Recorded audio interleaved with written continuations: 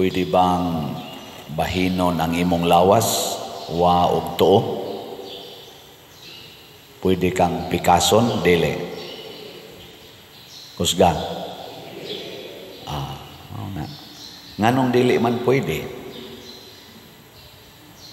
Kana bitang speaker na may usahay tangtango nato, buwagon left and right. Speaker sa radyo ba mutingog ra mangyapon or mga stereo. Yang ang lawas di man pwede buwagon. Kay unsay mahitabo sa lawas og buwagon, pikason. Kana mamatay. Muna si Kristo iya gyang gitinaw pag sulti nga ang babae ug lalaki nga gihiusas kaminyoon dili gyud pwedeng buwagon. Ngano man mamatay ang kaminyoon. Ug unsa may primary nga purpose nganong ang lalaki ug babae gihimo sa Ginoo para sa kinabuhi. Kinabuhi ang tumong nya kun buwago na silang duha, wa nay kinabuhi. Muna kanang divorce, makamatay nag kinabuhi. Kanang same-sex union, pulos babae, pulos lalaki, makamatay sa nag kinabuhi. Wa na may kinabuhi nga mong gawas diya. Either kinabuhi nga literal or kinabuhi nga figurative. Unsa man kinabuhi nga figurative, kahiusa, kalinaw, kalambuan. Muna matud pa sa studies, dugay na kainin akong nakatunan, bisag kamo nakatuon mo ani. Unsa gani imong batasan sa imong diha sa imong pamilya, mao sa nay imong batasan didto sa katilingban nga dako. Sakto dili? Oy. Bisag magpakaron ingnon pa ka, magpakabuutan-buutan ka, igabot dito sa katilingban dako, sama dito sa imong eskwelahan, imong opisina, or diha sa imong mga organisasyon din hiba-simbahan, sama aning liktor, sulob-sulob ka nang naang brunda, ari dire, or ari bas pagkapari, sulob-sulob aning sutana. Pero dito sa pamilya nako, sa akong kaugalingong pamilya, salbahis kay kustanan, nya din himura kog santo tanahon, mugawas ginang pagkasalbahis nimo. Ngilingay mong tupad. Ing na buutan ka sa inyong pamilya. Ing na kuno, nabuutan ka. Anha gina magsugod. Kung ikaw diha sa imong pamilya tapulan kay kastanan, inig trabaho nimo tapulan lang yapon ka. Kung sa inyong pamilya yaw-yawan kay kastanan, inig abot dito sa imong dakong katilingban, yaw-yawan yapon ka.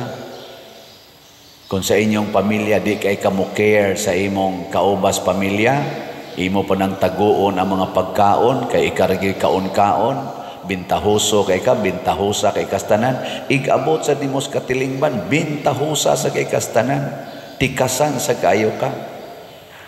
Kung sa inyong pamilya madinumtanon kay ka, imo ginang hinumduman ang sala sa imong kanana ang kaubas pamilya, gikan pa atong gagmay pa mo hangtod na lang nanagko mo, gikan atong primero ninyong kasal or uyab pa mo, imo ginang hinumduman ang sa imong bana or sa imong asawa, inig abot ni mos dakong katilingban, puwerte gyapon ka madinumtanon. Tinuod dili. Mao na karon ang kalibutan nailad sa yawa. Matud pa ni Kristo, dili naman na maoy inyong gisunod ang purpose sa Ginoo. Si Moises nitugot ninyo nga magbuwag mo tungod kay gahi mo ulo. O gisulti na ni Propeta Sirach diri sa atong unang pagbasa. Bisan siya mismo nagtambag nga pangitag higalang tinuod. kanang maunongon nga higala. Nya ayaw salig sa kada tao. Ayaw salig. Kinsa man ang maunongon nga higala, kana kunong mahadlokon sa Ginoo. No, tanawa ha? Mahadlokon sa Ginoo. Ang matod pas tubag nato sa Salmo, ang mahadlokon sa Ginoo kanunay mo ingon. Unsa to? Tubag nato Salmo? Ha? Basta ako nalimot man ko. Agaka ako Ginoo diha sa dalan sa imong mga sugo. So kanang mahadlokon des Ginoo, magsubay gina siya sa sugo sa Ginoo. Nya kay ang Ginoo nag-ingon man, ayaw gyud divorce, ayaw bulaga ang gihiusa sa Dios. Nya kun ato nang sundon, mahimo kang maunongon nga higala. Unsa man ang pag-unong? Pasabot pa og muunong ka sa imong higala, di ka mubuwag niya. Muunong ka ng maong tao, di ka mubuwag niya. Masinati nimo ang mga kalisdanan, masinati nimo ang kasakit ug ang kalipay. Masinati nato ang tanang realities sa kinabuhi, kasakit, kalipay, kahamugaway, kapitos sa sakit ug sa maayong panglawas. Di ba? Mao na ang gipanaa dihas minyo. Gilingay mong tupad. Ing na muunong ka nako. Ing na kuno. Pangutan ba? Ing na muunong ka. Oy, matod pa diri sa unang pagbasa, mailhan ani mong maunongon o dili maunongon. Kay panahon sa kalisdanan, mubuwag na siya nimo. Pinangga kay kaniya. Basta maayo pa ang inyong sitwasyon, naa pa siya makuha ni mong kaayuhan, pero wa na gani iya dayon kang biyaan. Nakita ni nato sa ato mga political leaders dinis atong nasod, unit team sila sa dihang nangandoy pa sila nga atong butaran. Unit team. Hinomdo mo 2022. Uy, unit team. Kusog ka ito sila. Portigyong kusuga. Karon, duha na. Team Marcos, Team Duterte. Mayunite pa ka na sila. Nga duha naman na sila ka-teams. Mayunite pa, dili.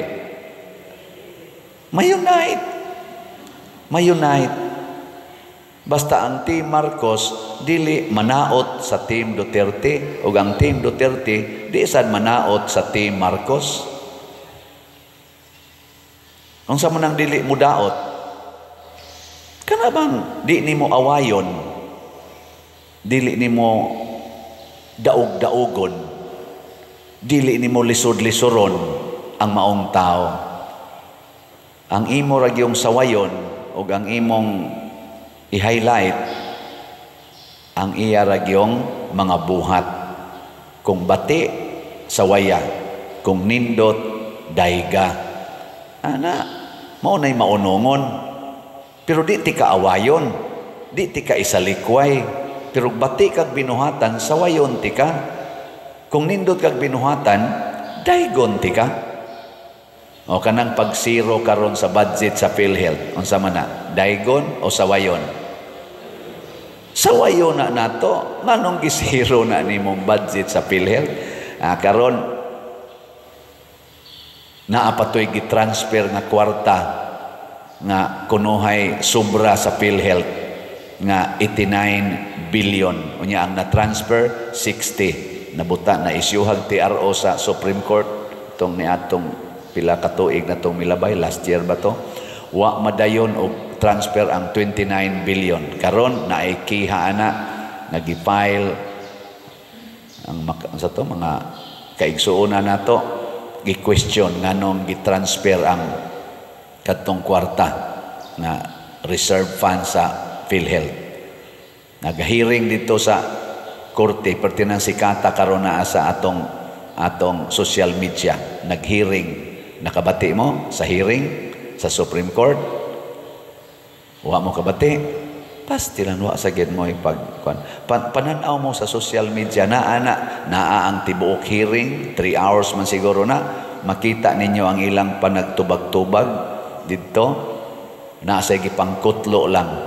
Ug usa sa akong na kuha mao kini.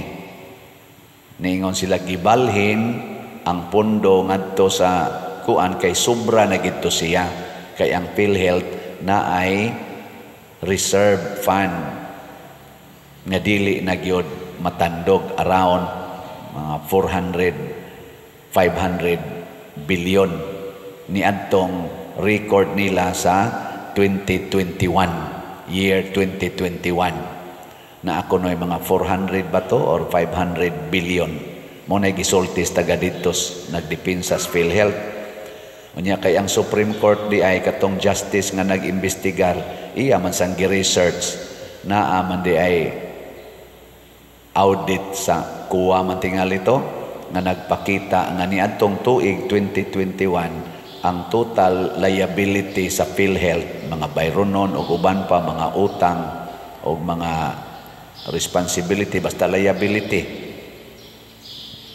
niabot og 1.1 trillion. Unya, ang ilang total asset, 300 billion. So naa sila'y deficit nga mga 800 billion. Isahain man ang reserve ani, kay naapay reserve sama ng time deposit, mo reflect unta na sa asset. Unya, asset minus liability equals deficit man. Mao man na tingali sa accounting, mao ba na? Mao man na nakatuna na kusuna. Uy. Sa ato bang vernacular ba, imong kwarta minusan sa imong utang, mao na imong kuwang. Deficit ang tawag. Onya, 1.1 trillion man ang liability, 300 billion raman ang asset. Di na 800 billion na kuwang.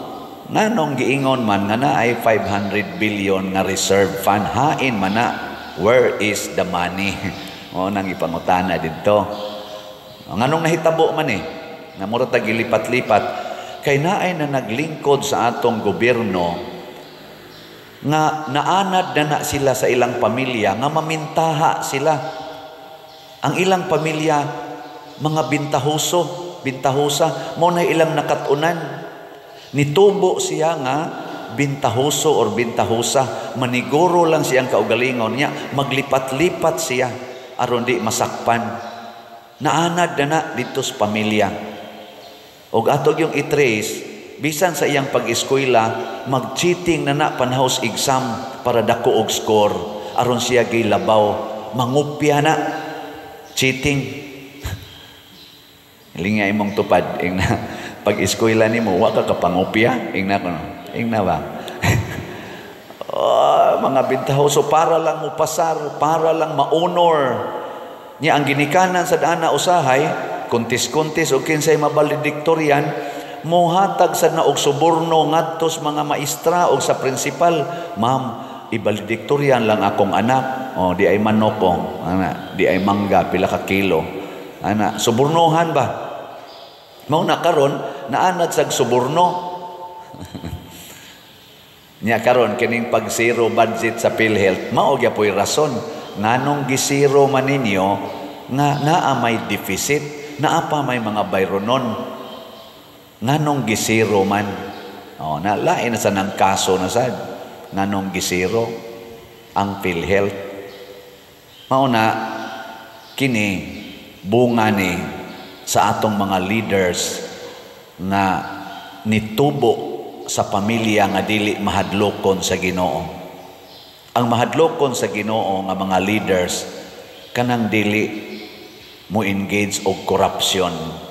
Kanang mga leaders nga andam mo antos sa pinubre nga kinabuhi apan grabing mo serbisyos katilingban.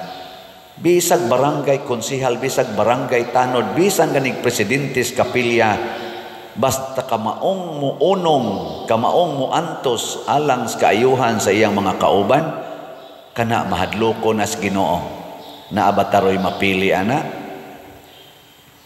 Kinsa man sa Team Marcos o Team Duterte nga maunongon sa atong majorities mga Pilipinos, labi na gyud mga kabos.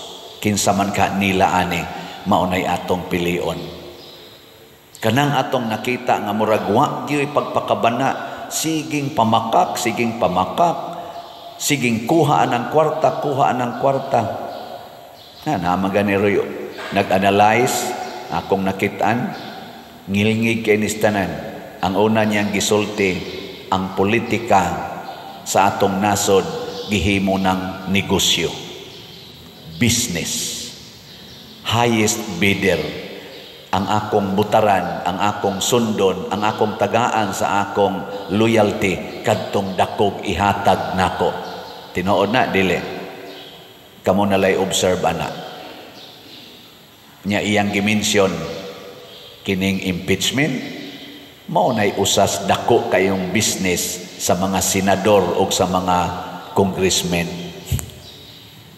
Tanawa lang na social media. Nakusus, grabe hain siya. Oh, dako kay na nga business. Dili man na siya base sa ebidensya. Di na base sa ilang argumento. Kanang ilang argue diha, kanang mga ebidensya nga ilang ipresentar. Dito ganis Congress, gi-impeach ang Vice President. Wa man gani ebidensyang gi-presentar. Wa man gani hearing. Wa man gani argument nga kanang husay sila, tubag-tubag sila. Wa man gani gidritso man ganig pirma, niabot og hapon, pirma naman niabot pagkabuntag. Pagkahapon approve naman 215 pagyud ang nipirma sa ato pa. It's saman personal agenda. Business. Either business nga naay kwarta nga na-involve or business na relasyon ang na-involve. Ana ra man na. Pero kasagaran gyud kwarta ug naay ni leak ana karon na porting dakuas kwarta nga nasaad or nahatag sa atong nasod, sa panudlanan sa atong nasod ngadto ni adtong pag-impeach sa Vice President nga paspas kayo. Mao na iampo nato nga dili unta madayon ing divorce dinhi sa atong Pilipinas kay naa na ra ba ni sa Senado, approve na sad ni sa Kongreso. Nya mura man ganig nakapasar na matingali to sa second hearing sa Senado, mo may akong nadunggan nga huhungihong kanindot untag dili gyud ma-approve ang divorce dinhi sa atong Pilipinas. Bahala nag ang tibuok kunong kalibutan na anay divorce ang tanang nasod. Kita na lang ang why divorce bill. Kanindot untag di ma-approve. Kana bang mapakita gid nato nga kita mga Katoliko mahadlokon sa Ginoo. Kay mubunga sa unta ni sa atong pagka hiusaban na dili ta magbuwag mga Filipinos. Nabitay nang utanan ako, Father, nganong ni pasar mas Congress ang divorce bill nga majority sa naas Congress Katoliko man na? Nganong namirma man sila? Ako dayong gingon, daghan kaing Katoliko lasngan pero wa nas buhat. Katoliko sangan pero dili mahadlokon sa Ginoo. Munang dili sad sila maunongon ug nakita nas kinabuhi sa atong mga politicians. Hasta sad sa namo diri sa simbahan, daghan sa namong mga pari nga dili maunongon sa mga parishioners. Sige ra mig kolekta, first collection, second collection, baligya pagid aning slot, igo ning gawali. Pero dili maunongon. Ug unsa may timaan sa pari nga maunongon or sa obispo nga maunongon, makita na sa community nga iyang gidala. Mulambo gid na ang community, ang katilingban nga iyang gidala. Kung ang pari maunongon sa parishioner, mulambo ang parokya. Kung ang pari maniguro la siyang kaugalingon, magkaut-ut ginang parokya. Kung ang bishop maunongon sa iyang diocese, mulambo gina ang archdiocese or diocese.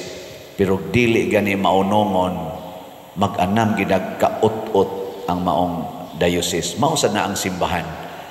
Kung ang kaming mga leader sa simbahan maunongon natong mga niya sa simbahan, mag-anam og lambo ang atong simbahan.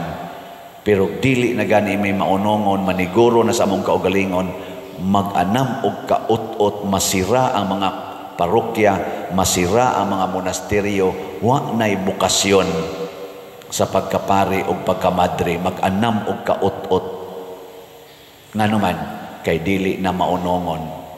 Muna, agaka ako Ginoo diha sa dalan sa imong mga sugo.